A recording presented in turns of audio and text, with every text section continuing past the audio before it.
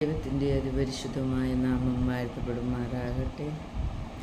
ഇന്ന് പകൽക്കാലം നമുക്ക് ചിന്തിക്കുവാൻ വേണ്ടി ദൈവം തരുന്ന തിരുവചനം എബ്രായലേഖനം 9-ാം അധ്യായത്തിൻ്റെ 14-ാമത്തെ വചനത്തിൽ ഇങ്ങനെ പറയുകയാണ്: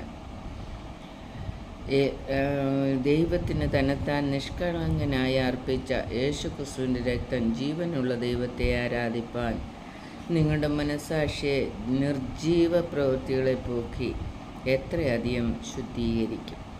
അപ്പം യേശുവിൻ്റെ രക്തം നമ്മളിൽ നിന്ന് നിർജീവ പ്രവൃത്തികളെ, ജീവനില്ലാത്ത പ്രവൃത്തികളെയെല്ലാം മാറ്റിക്കളഞ്ഞിട്ട് നമ്മെ ശുദ്ധീകരിക്കുന്ന രക്തമാണ് യേശുവിൻ്റെ രക്തം.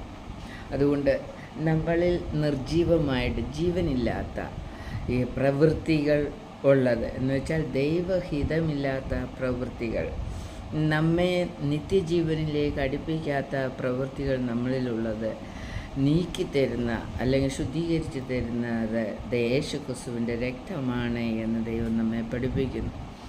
1 യോഹന്നാൻ 1-ാം അധ്യായത്തിൻ്റെ 7-ാം വചനത്തിൽ പറയുകയാണ്: അവൻ വെളിച്ചത്തിൽ ഇരിക്കുന്നത് പോലെ നാം വെളിച്ചത്തിൽ നടക്കുന്നുവെങ്കിൽ നമുക്ക് തമ്മിൽ കൂട്ടായ്മയുണ്ട്.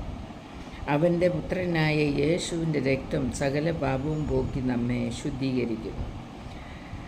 നമുക്ക് പാപമില്ല എന്ന് പറയുന്നുവെങ്കിൽ നമ്മെ തന്നെ വഞ്ചിക്കുന്നു, സത്യം നമ്മിൽ ഇല്ലാതെയായി. നമ്മുടെ പാപങ്ങളെ ഏറ്റുപറയുന്നെങ്കിൽ അവൻ നമ്മോട് പാപങ്ങളെ ക്ഷമിച്ച് സകല അനീതിയും പോക്കി നമ്മെ ശുദ്ധീകരിപ്പാൻ തക്കവണ്ണം വിശ്വസ്തനും നീതിമാനുമാകുന്നു. അതുകൊണ്ട് യേശുവിൻ്റെ രക്തം നമ്മുടെ പാപങ്ങളെ പോക്കി നമ്മെ ശുദ്ധീകരിക്കുന്നു. നമ്മുടെ നിർജീവ പ്രവൃത്തികളെ, നിർജീവമായ നമ്മുടെ ജീവിതത്തിലുള്ള സകലത്തെയും ശുദ്ധീകരിക്കുന്നത് യേശുവിൻ്റെ രക്തമാണ് എന്ന് ദൈവവചനം പറയുന്നു.